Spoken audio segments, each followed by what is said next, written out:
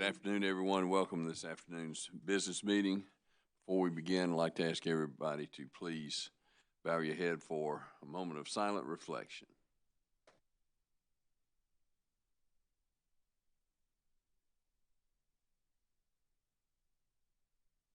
Amen. Thank you. Mr. Pratt. Mr. Chairman, first item would be to establish the time for the next meeting. And if we go according to precedent, it will be next Wednesday, December the 18th at 2 p.m. That's it. Thank you. Mr. Chairman, Commissioners, the first item that we will discuss is a supplemental agenda.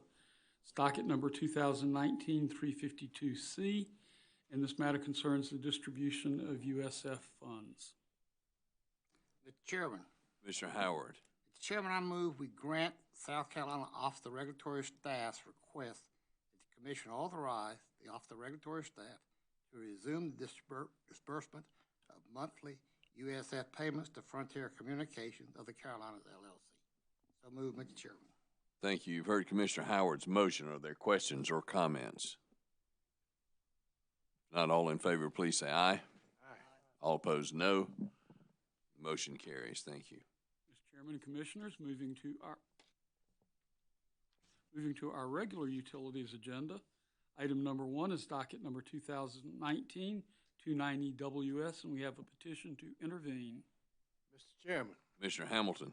Mr. Chairman, I would move that we grant the petition to intervene to the South Carolina Department of Consumer Affairs. So move, Mr. Chair. Thank you. You've heard Commissioner Hamilton's motion. Are there questions or comments? Mr. Chairman. Yes, sir. Mr. Chairman, I certainly support Commissioner Hamilton's motion, but I would certainly note that we haven't seen this office back in since my time on the commission, which has been a while, and we certainly realize that this is a result of some recent legislative changes. Thank you. Mr. Chairman? Yes, sir. Commissioner. I'd like to also support Commissioner Hamilton's motion to allow the Department of Consumer Affairs to intervene in this docket. And I'm hopeful that they are soon going to find us a qualified consumer advocate that was authorized by the South Carolina General Assembly over a year ago and posted. I know they've had difficulty finding a qualified candidate, and I'm not really surprised because the salary range was posted very low considering the qualifications, background, and experience that would be necessary to be an effective consumer advocate. So hopefully they can find additional funds and fill that post as soon as possible. But I do support the motion. Thank you. Any other questions or comments? Not all in favor, please say aye. Aye. All opposed, no. Motion carries. Thank you. Chairman, Commissioners, item number 2 is docket number 2018-202E. We have a motion to withdraw as an intervener. Mr. Chairman. Mr. Whitfield. Mr. Chairman, I move that we grant the request of Interstate Renewable Energy Council Incorporated's motion to leave to withdraw as intervener. So moved. Thank you. You've heard Commissioner Whitfield's motion. The questions or comments? If not, all in favor, please say aye. Aye. All opposed, no. And motion carries. Thank you. Mr.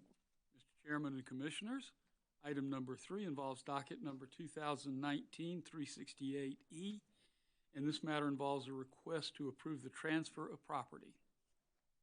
Mr. Chairman? Commissioner Irvin. Duke Energy Carolinas, LLC seeks approval of the Commission to comply with South Carolina Code Section 58-27-1300 to transfer certain real estate in Charlotte, North Carolina as part of a leaseback financing arrangement where Duke Energy Carolinas will finance the development and construction of an office complex building, after which time the property will be sold at cost.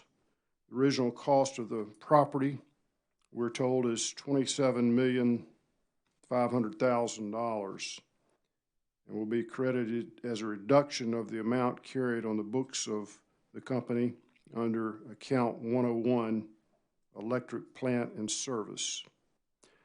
ORS has reviewed this request and has no objection to the sale of the property under the terms and conditions outlined, although ORS does reserve its right to review the cost recovery and special accounting treatment at a future time should the company request it. Therefore, I move we grant the requested approval.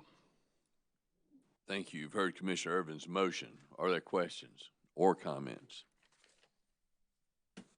If not, all in favor, please say aye. Aye. All opposed, no. And the motion carries. Thank you. Mr. Chairman and Commissioners, item number 4, docket 2019-239E. Dominion Energy is seeking approval for an expanded portfolio of demand-side management programs and a modified demand-side management rate rider. Mr. Chairman, Mr. Irvin. this docket does concern Dominion Energy's request for approval of an expanded portfolio of demand-side management programs and a modified demand-side management rate rider. I'm going to move at the end of my comments that we approve Dominion's proposed expanded modified DSM programs for an extension of 5 years. However, regarding the rate rider, Dominion seeks to continue the cost recovery mechanism currently in effect with 4 modifications: shortening the authorization period for recovery of DSM balances to 3 years, changing the carrying cost applied to unrecovered DSM balances to the company's weighted average cost of debt, increasing the shared savings incentive to 11.5%, and shortening the period during which customers are prevented from opting out of DSM programs after receiving DSM benefits from 5 years to 3 years. So I move that we approve the rate rider along with the requested changes, but limit the shared savings incentive to 9.9% as recommended by the Office of Regulatory Staff.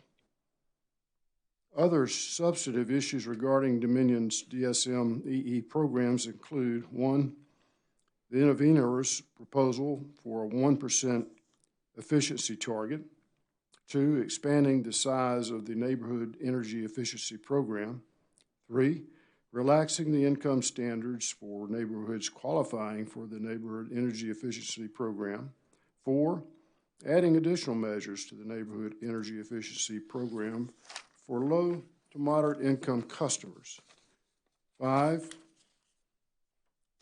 upstream programs; 6, programs targeted at residential new construction; and 7, municipal LED lighting. For the 1% efficiency target, I move that the utility's current percentage of energy savings are sufficient at this time, but I would like to see a more aggressive effort in attaining increased efficiency in the future. For expanding the size and relaxing the income standards for the Neighborhood Energy Efficiency Program, I move that Dominion's efforts to increase funding by approximately 50% and to expand the program participation rate by approximately 45% are acceptable at this time. I also recognize that the majority of the intervenor suggestions for adding to this program are included in Dominion's suite of programs already.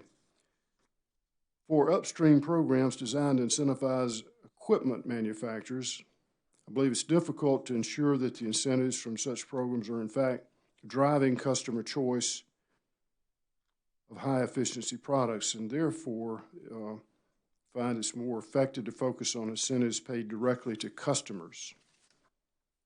For programs targeted at residential new construction, Dominion has previously implemented measures in program years 1 through 4 with little success due to the fragmented nature of the new home building market in the service territory and the fact that such programs can reach only a relatively few customers. In other words, those buying or building new homes, compared to programs that can allow a much broader group of customers to participate and benefit. For increased increasing the transition to municipal LED lighting, I find this sector of energy efficiency is already transitioning as costs decline and will likely continue to do so at a strong pace without added incentives as proposed by intervenors. However, I was persuaded by the Office of Regulatory Staff and the intervenors, including NAACP, South Carolina Coastal Conservation League, and Southern Alliance for Clean Energy, regarding the following issues. Dominion is encouraged to maximize cost-effective gains in energy efficiency with a 1% goal or more of energy savings.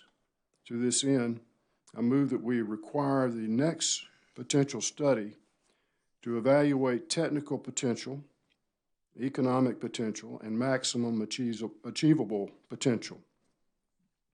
I move that Dominion explore cost-effective changes to expanding the size and guidelines of the Neighborhood Energy Efficiency Program to include more participants. And I move that the utility track found revenue for the purpose of offsetting lost revenue and include a final report to the Commission on those findings at the conclusion of the next 5-year review process, with preliminary results to be included in each year's annual oversight review. The next potential study shall evaluate the concept of found revenue based on the data that has been accumulated with analysis on whether reducing lost revenue by found revenues while controlling for found revenue program costs necessarily results in a utility recovering less than its net income absent its investment in DSM, and whether those results are consistent with the requirements of South Carolina Code Section 58-37-20 as amended.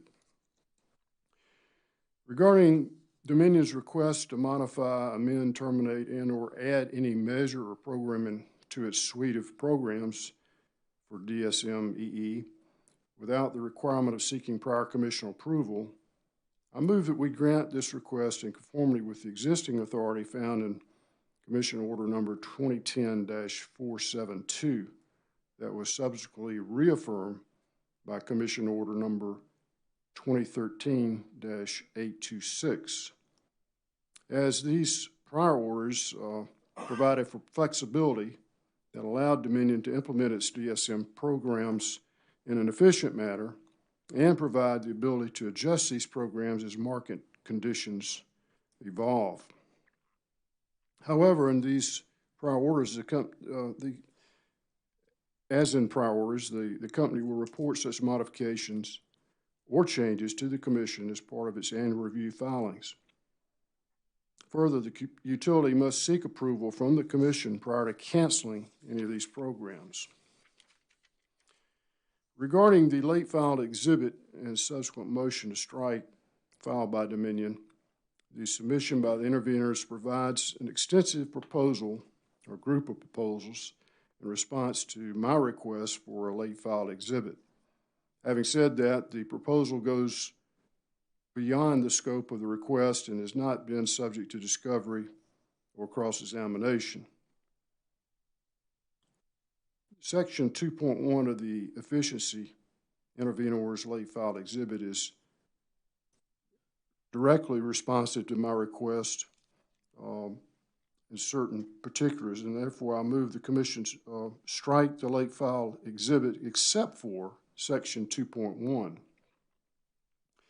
Dominion has represented that the 5 programs listed in Section 2.1 are, quote, largely duplicative of programs and measures already included in Dominion's proposed suite of DSM offerings, end quote. So I move that we give the parties 60 days to file comments on these programs listed in Section 2.1 as to whether they are duplicative, in fact, on what we are approving today as a part of this motion. Although consideration of the rest of the late filed exhibit is not appropriate at this time for this year's examination, I believe we're all concerned about reducing winter peak. Therefore, this Commission will continue to address this issue of trying to, as best we can, reduce winter peak in future proceedings. It is necessary to add that collaboration with stakeholders and the advisory group established by Commission Order Number 2010-472, which includes a membership of ORS, Coastal Conservation League, and Southern Alliance for Clean Energy, is invaluable to this process, and I encourage all of these entities to work together in a cooperative spirit to help the Commission in reaching the most cost-effective and efficient way to reduce winter peak.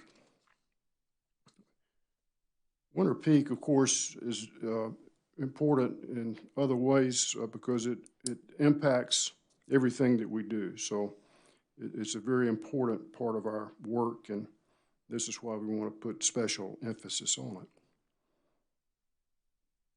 I move that we adopt the following recommendations from the Office of Regulatory Staff as a part of this motion. 1, adjust avoided cost calculations used to determine the value of load reductions to align with the methodologies approved under Act 62 and docket number 2019-184E. 2, approve Dominion's request for the effective date of the change in carrying cost as December 1, 2019, so as to align with the implementation of the new and expanded program. 3, exclude from shared savings incentive calculation low-income programs, education programs, and research and development activities not directly associated with a DSM or EE program. 4, require that Dominion reevaluate new direct load control programs when AMI becomes available in the Dominion territory in South Carolina. 5, require Dominion to provide the Commission with an updated estimate of the 2020 rate for residential customers using 1,000 kilowatt hours based on the order in this proceeding. And finally, require Dominion to provide the Commission with updated, clean, and redlined versions of the proposed rate rider reflecting the Commission's determination in this case. All other issues not specifically addressed by this directive will be detailed in a formal written order to follow. So moved, Mr. Chairman. Thank you. You've heard Commissioner Irvin's motion. Are there questions or comments? Mr. Chairman. Commissioner Belser. Thank you. I'd like to thank the parties in this proceeding. I think that both the utility, the interveners, and the Office of Regulatory Staff put forth some good recommendations and gave us all a lot to think about. I encourage them to continue, as I'm sure they will, their excellent presentations in the future. Like Commissioner Irvin, I am concerned about the winter peak and trying to promote programs which will ease that winter peak, and I think that's important as we go forward. And I do encourage the parties, as they have, and I'm sure will continue to engage in the collaborative process. And it's more than just engagement. I do encourage them to listen to each other and work together to work out programs that will benefit the customers in Dominion service territory. But I do appreciate all the work that all the parties have put forth in this, and appreciate Commissioner Irvin's detailed motion, which I do support. Thank you. Thank you. Any other questions or comments? Not all in favor, please say aye. Aye. All opposed, no. Motion carries. Thank you. Mr. Chairman and Commissioners, in item number 5, we have docket number 2019-5G. This matter concerns Dominion Energy South Carolina's Incorporated's annual review of purchase gas adjustment and gas purchasing policies. Mr. Belser. I have a motion on this item, and note that the Office of Regulatory Staff and Dominion Energy South Carolina, they've presented a stipulation in this purchase gas adjustment case for our approval. The stipulation did not address Dominion's request to modify its interruptible tariff. In a letter, ORS notified the Commission of its concern that interruptible customers may not have received adequate notice of the requested tariff change. Relying upon Dominion's representation in its response to ORS's letter that the company has informed interruptible customers of the proposed tariff change, I move that we find that notice in this docket to be adequate. I further note that the proposed order jointly submitted by ORS and Dominion includes a finding that the notice is adequate. Based on the evidence of record, I move that we find that adoption and approval of the stipulation is in the best interest of Dominion's customers, the state of South Carolina, and the financial integrity of the company. I also move that the Commission specifically find during the review period, Dominion A, properly administered the purchase gas adjustment and correctly adjusted the gas cost recovery factors for each customer class in accordance with the terms of order numbers 2006-679 and 2009-910. B, employed prudent gas purchasing practices and policies. C, recovered its gas costs consistent with applicable tariffs and commission orders. And D, was prepared during the review period and is currently prepared to meet its firm customers' projected needs via its future supply and capacity asset plans, and that an order shall be issued containing these findings. Finally, I move that we find that the allocation factors contained on page 4 of Ms. Elliott's direct testimony are appropriate and should be used for cost of gas calculations beginning with the first billing cycle in January 2020. So move. Thank you. You've heard Commissioner Belcher's motion. Are there questions or comments? Mr. Chairman. Yes, ma'am. In this docket, the issue was raised about notice to the interruptible customers, and Dominion did provide response that they had directly notified via email all of their interruptible customers of these proposed tariff changes. However, I just want the parties to note that notice is one of the most fundamental concepts related to any of our work. And going forward, I think I'm going to be talking with the clerk's office and commission staff. I don't like a response to be, well, we did it in another docket, therefore you need to approve it here.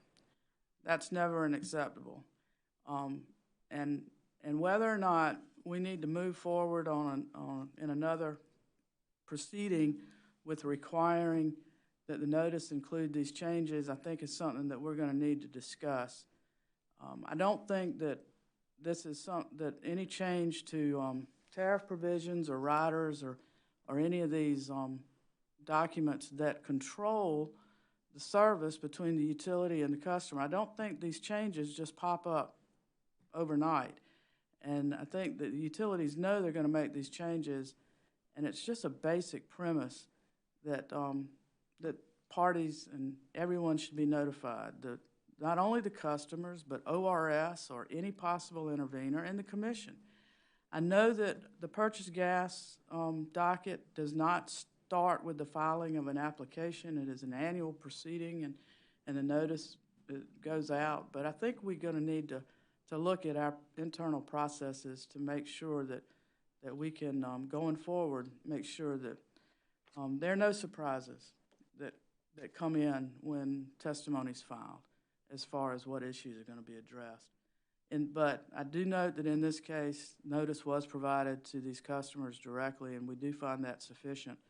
But I think it's just an internal process that we're going to have to look at going forward. Thank you. Thank you. Any other questions or comments about Commissioner Belcher's motion? Not all in favor, please say aye. All opposed, no. Motion carries. Thank you. Mr. Chairman and Commissioners, in item number 6, we have docket number 2019-361G, which is a service agreement for firm gas. Mr. Chairman. Commissioner Howard.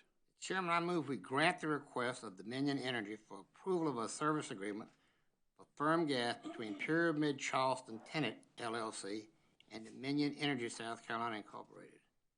ORS recommends approval. So moved, Mr. Chairman. Thank you. You've heard Commissioner Howard's motion. Are there questions or comments? Not all in favor, please say aye. Aye. All opposed, no. Motion carries. Thank you. Mr. Chairman and Commissioners, in item number 7,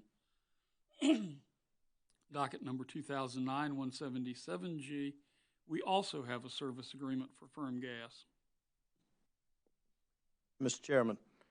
Commissioner Whitfield. Mr. Chairman, I move that we grant request of Dominion Energy for approval of a service agreement for transportation service with firm gas standby between Nanya Plastics Corporation America and Dominion Energy South Carolina Incorporated. Mr. Chairman, I would note that ORS does recommend approval. So moved. Thank you. You've heard Commissioner Whitfield's motion. Are there questions or comments? If not all in favor, please say aye. Aye. All opposed, no. Motion carries. Thank you. Mr. Chairman and Commissioners, item number 8 is docket number 2019-360C, and this matter involves potential disconnection of service for customers of Telecircuit Network Corporation. Mr. Chairman, Commissioner Belzer.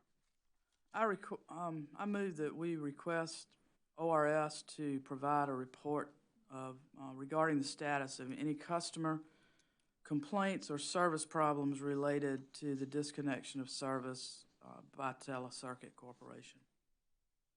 So move. Thank you. You've heard Commissioner Belzer's motion. Are there questions or comments? Not all in favor, please say aye. Aye. All opposed, no. Motion carries. Thank you. Mr. Chairman, Commissioners, that concludes our utilities agenda. Moving to transportation, item numbers 1 through 5 are new applications and may be taken together. Item number 1 is docket number 2019-369T for Pearson Local Express LLC.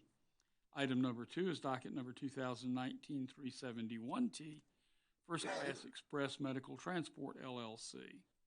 Item number 3 is docket number 2019-370T for Transportation Care LLC. Item number 4 is docket number 2019-372T, Instacare Transportation LLC.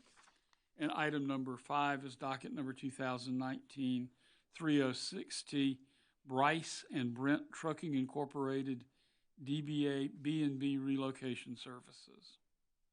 Mr. Chairman.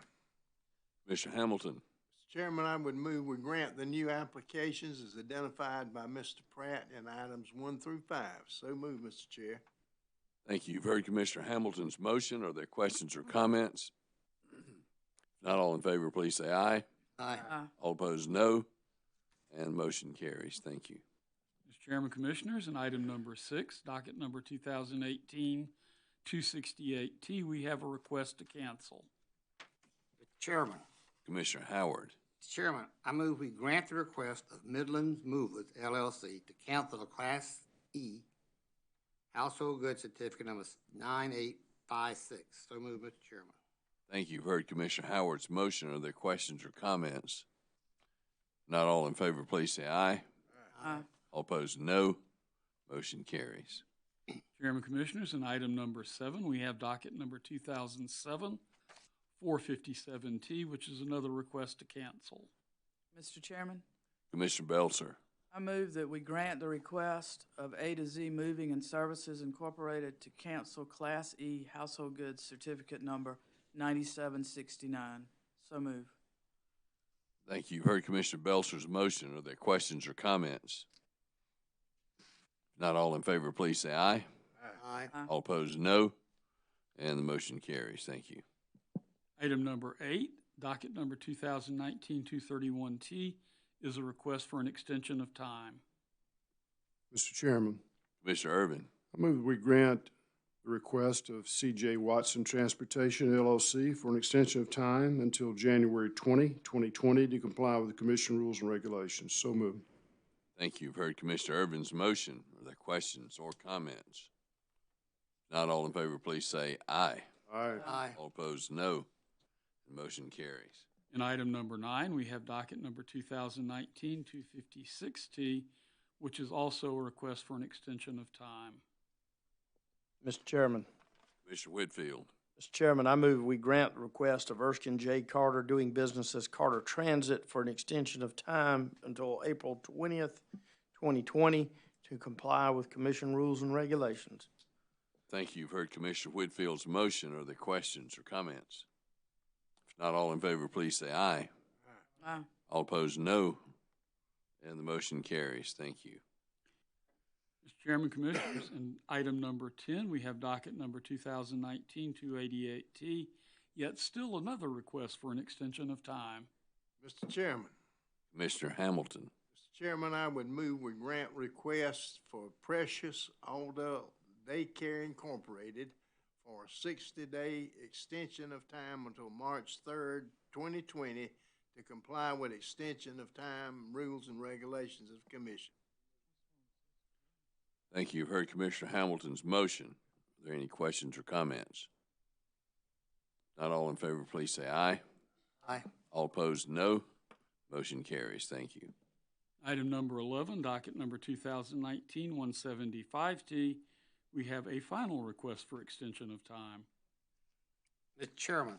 Commissioner Howard. Mr. Chairman, I move we grant the request of Fantasy Party Rides LLC for an extension of time until February the 1st, 2020 to comply with Commissioner's rules and regulations. So moved, Mr. Chairman.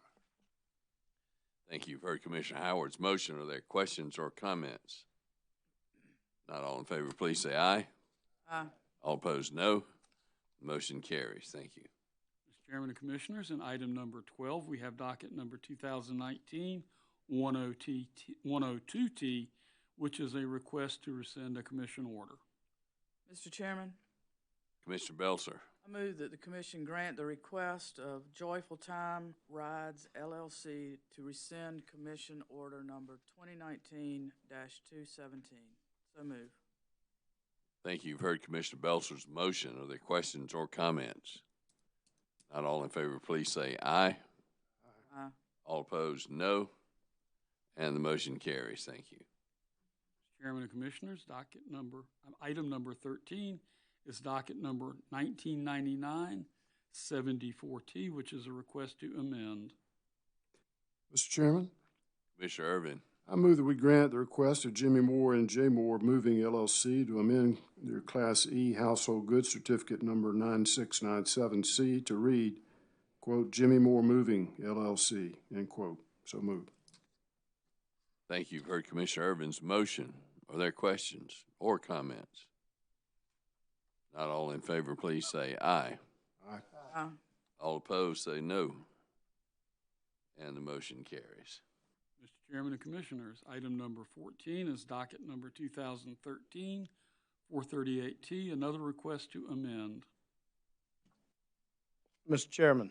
Commissioner Whitfield. Mr. Chairman, I move that we grant the request of Henry L. Richardson doing business as Bell's Express Taxi and Limo Service to amend Class C Taxi Certificate number 8818 to read Bell's Express Taxi and Limo LLC. Thank you. You've heard Commissioner Whitfield's motion. Are there questions or comments? Not all in favor, please say aye. Aye. All opposed, no. And the motion carries. Thank you. Mr. Chairman and Commissioners, item number 15 is docket number 2018-211T, compliance with Code of Ethics and Conduct. Mr. Chairman, I Commis- need to recuse on this item. I was employed at the Office of Regulatory Staff and had worked on some underlying matters regarding this docket, and so therefore I will not be participating. Okay, we'll make note that Commissioner Belzer is recused from this item. Mr. Chairman. Commissioner Howard. Mr. Chairman, I move that on March 20th, 2019, this commission conditionally approve the Code of Ethics and Conduct, known as the Code, for JMS Worldwide LLC. On October the 1st, 2019, ORS provided the commission with a report regarding the company's compliance with the code, including ORS's assessment as to the code's adequacy and improving JMS's customer service quality. Regarding the only service rendered during this time, following this Commissioner's conditional approval of the code, ORS reported that one customer complaint that involved an overcharge of $370, which occurred due to a calculation error on JMS's bill of lading. ORS concluded that JMS has made good faith towards improving its customer service quality, with the exception of providing an adequate quote for the instance described. The ORS report notes that quotes and estimates are not governed by the Commission rules and regulations. However, as a part of its code, JMS has pledged to provide accurate written statements. ORS recommends JMS to continue the work towards improving the aspect of customer relations. Based on the ORS report, I move we find the code appears to be effective in assisting JMS to improve its customer service quality. On that basis, I further move that we remove the conditional nature of our approval of the code, encouraging JMS to continue to work to provide accurate written estimates and request a 12-month status report from ORS. So moved, Mr. Chairman. Thank you. You've heard Commissioner Howard's motion. Are there questions or comments? If not, all in favor, please say aye. Aye. All opposed, no. And the motion carries. Thank you. Mr. Chairman and Commissioners, this concludes today's agenda. Thank you. Is there anything else that we need to take up? If not, we are adjourned.